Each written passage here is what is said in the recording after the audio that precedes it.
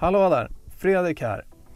I förra videon så pratade jag om vad en LED-lampa är och hur LED-teknik fungerar. Och i den här videon tänkte jag faktiskt installera golvbelysning i kupén i förarmiljön här i vår husbil. Och jag använder mig av LED-lampa som ska in en på varsin sida här. En på passagerarsätet och en för förarmiljön. Och det här kommer belysa golvet. 2 stycken LED-lampor och den här har jag köpt på Biltema. Hur bra som helst. Och vi ska ju då kunna slå av och på LED-lamporna då. Och då har vi en liten strömställare här. Tillslag. Som vi ska koppla in då för att aktivera lamporna när jag vill. Och i kretsen då sätter vi en säkringshållare.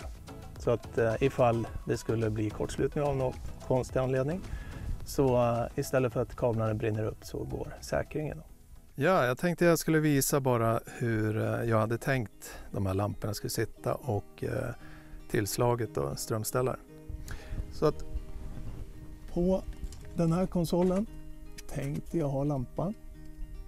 En på varsin sida då. Och så hade jag tänkt att ha den tillslaget. Ja, placera den där någonstans.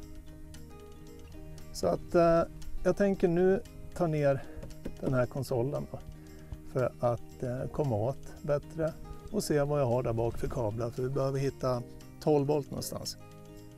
Så det är nästa steg. Jag behövde inte ta bort mittkonsolen där utan jag tog bort facket här bara.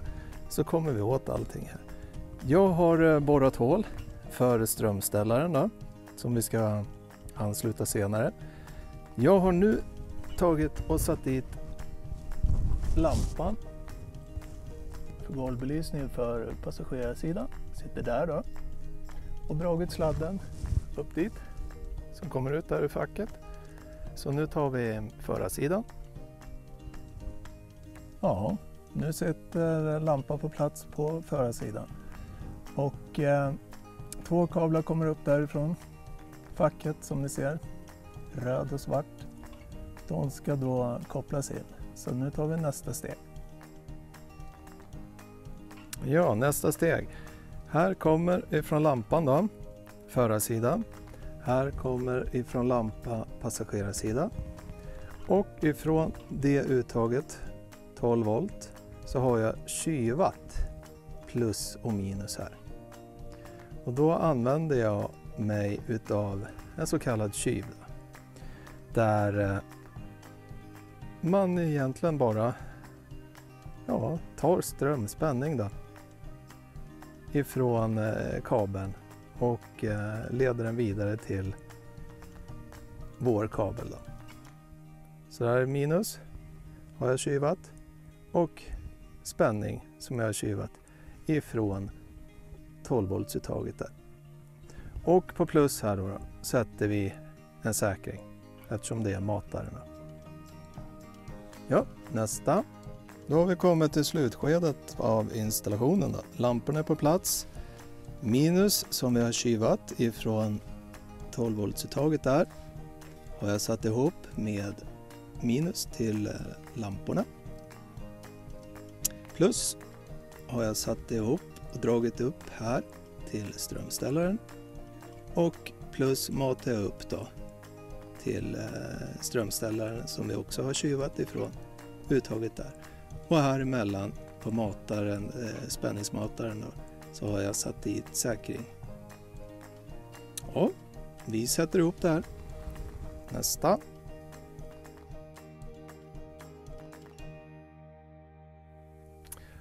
Installationen är klar. Jag är jättenöjd. Jag ska invänta lite mörker här och sätta mig i bilen och se efter hur det blev i mörkret då. Jag tycker det ska bli skönt att kunna tända någon lampa när man tappar någonting eller något på golvet när man kör. Så man enkelt kan se och ta upp det på en gång. Så jag tycker det är ganska skönt att ha lite golvbelysning när jag kör. Det blir lite mer rymd i kupén. Jag har gjort ett elschema. Ja, här har ni min snygga schematiska ritning här. Det här är vad vi har kopplat till husbilen och det här ska föreställa LED-lampor. Höger sida och vänster sida LED-lampa. Och svart kabel minus, röd kabel plus ifrån LED-lamporna. Vi kopplar ihop minus och minus svart kabel från LED-lamporna så vi får ut en kabel. Samma sak gör vi med plus och plus den röda kabeln från LED-lampan. Kopplar vi ihop så vi får en röd kabel plus ifrån lamporna. Vi kyvade ju spänning ifrån cigarettuttaget som är 12 volt uttag. Och plus kyvar vi spänning. Direkt efter på plus röd kabel satte jag dit en säkring. Fortsätter röd kabel efter säkringen till strömbrytaren som bryter kretsen, det vill säga den tänder och släcker lampan. Och efter strömbrytaren då så går en röd kabel ner till plus LED-lampan. Samma sak gäller med minus till LED-lampan. Den går direkt till den som är kyvade då, den svarta kabeln som är minus då på cigarettuttaget, 12 voltsuttaget. Ja, så här ser det ut. Jag hoppas ni förstår det jag ritat och det jag förklarar. Ha det gott! Ha en fin dag och ta hand om er, kör försiktigt och vi syns till nästa gång. Får vi se vad jag kokar ihop. Ha det fint! Hej på er!